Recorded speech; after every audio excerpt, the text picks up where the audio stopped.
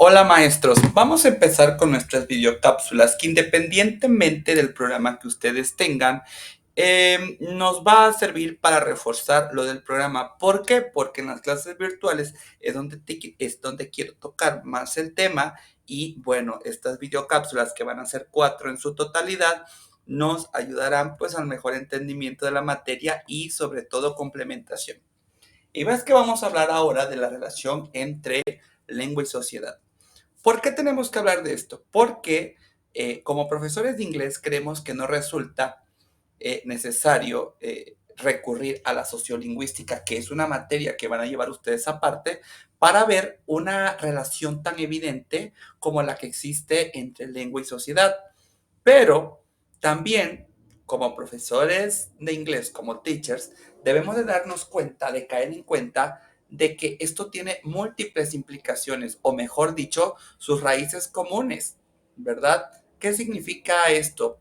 Que los profesores no veíamos hasta ahora ante la disyuntiva que por un lado nos centrábamos, bueno, yo quiero creer que ya ustedes no son de la vieja escuela, de que profesores se centraban demasiado en las formas lingüísticas y olvidan a quién lo usaba en su comunicación ordinaria. Y entonces, con esto pasaba que se distorsionaba pues la realidad de la lengua.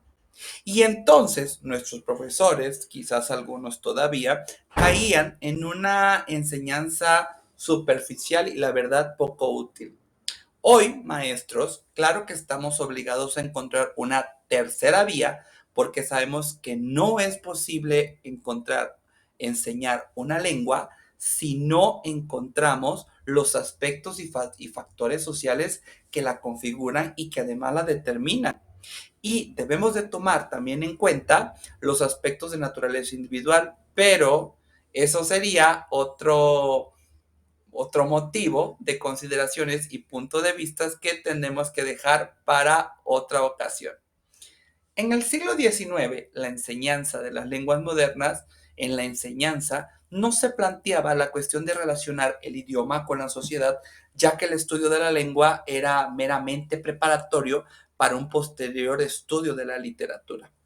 Cuando más tarde se prestó atención a la lengua oral, se puso gran énfasis en la adquisición de las destrezas independientemente del concepto de comunicación dentro de una sociedad determinada. No obstante, incluso dentro de estas corrientes nos podemos encontrar con personas que hicieron un esfuerzo por plantear el componente de la cultura dentro de la enseñanza. ¿Cuáles fueron los aspectos básicamente tratados? La historia del país, las instituciones más representativas, las costumbres y la contribución de dicho país a la civilización humana. El desarrollo de la antropología, y estamos hablando por ahí de 1983, aumenta los límites del concepto de cultura y aporta elementos y herramientas muy útiles para el campo de enseñanza, no todavía del inglés, pero sí de las lenguas extranjeras o de las lenguas modernas, como se le llamaba. Por ejemplo, el concepto de cultura y los correspondientes esquemas de observación que sirven de marco para una descripción objetiva, y esto le corresponde siempre al alumno. Otro también podría ser la actitud del observador, dígase del alumno, hacia una cultura diferente. Un tercer punto es la reflexión sobre los objetivos pedagógicos que van inmersos en la enseñanza de la cultura. Como un cuarto ejemplo, podríamos decir que la cultura es un factor motivador para el aprendizaje de la lengua. Y por último, el uso de la literatura como una introducción a la cultura y a su vez el uso de este background cultural para una mejor comprensión de la literatura del país.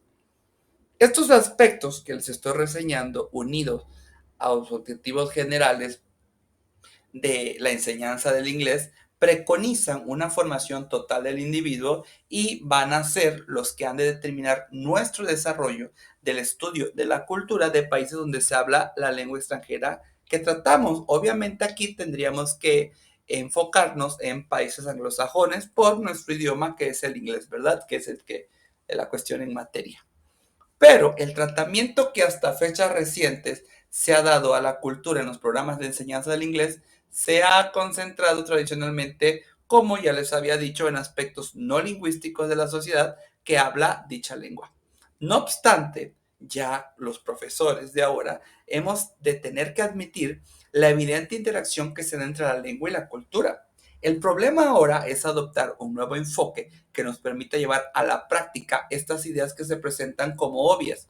Esto evidentemente supone un cambio, primero de mentalidad, al que, gracias a Dios, los profesores nos estamos acercando, pero en un segundo lugar también necesitamos una adaptación de ese cambio a la práctica pedagógica diaria, y esto es lo más difícil. ¿Qué estamos haciendo en la actualidad? Vaya, excelente pregunta. Afortunadamente, pues van aflorando nuevos aspectos que determinan un aún sí incipiente cambio de actitud.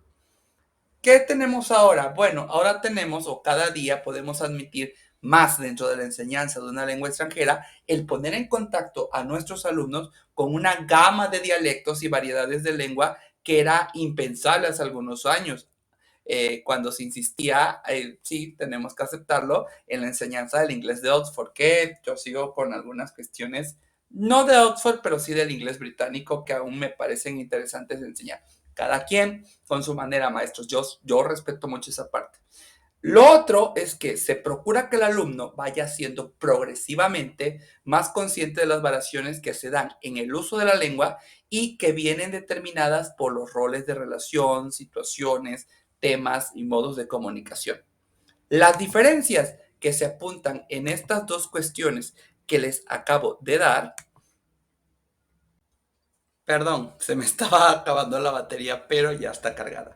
Entonces, les comentaba, la diferencia que hay entre estas dos primeras aseveraciones de la actualización de cómo se estamos enseñando el inglés es que conllevan a diferentes manifestaciones lingüísticas. ¿Por qué? A ver, maestros. Una pueden ser rasgos fonológicos, a veces diferenciaciones gramaticales o a menudo el tipo de vocabulario empleado, la forma estilística usada, etcétera. Pero tenemos que ir un poco más allá en nuestra siguiente cápsula de unidad y de aprendizaje. Hasta entonces.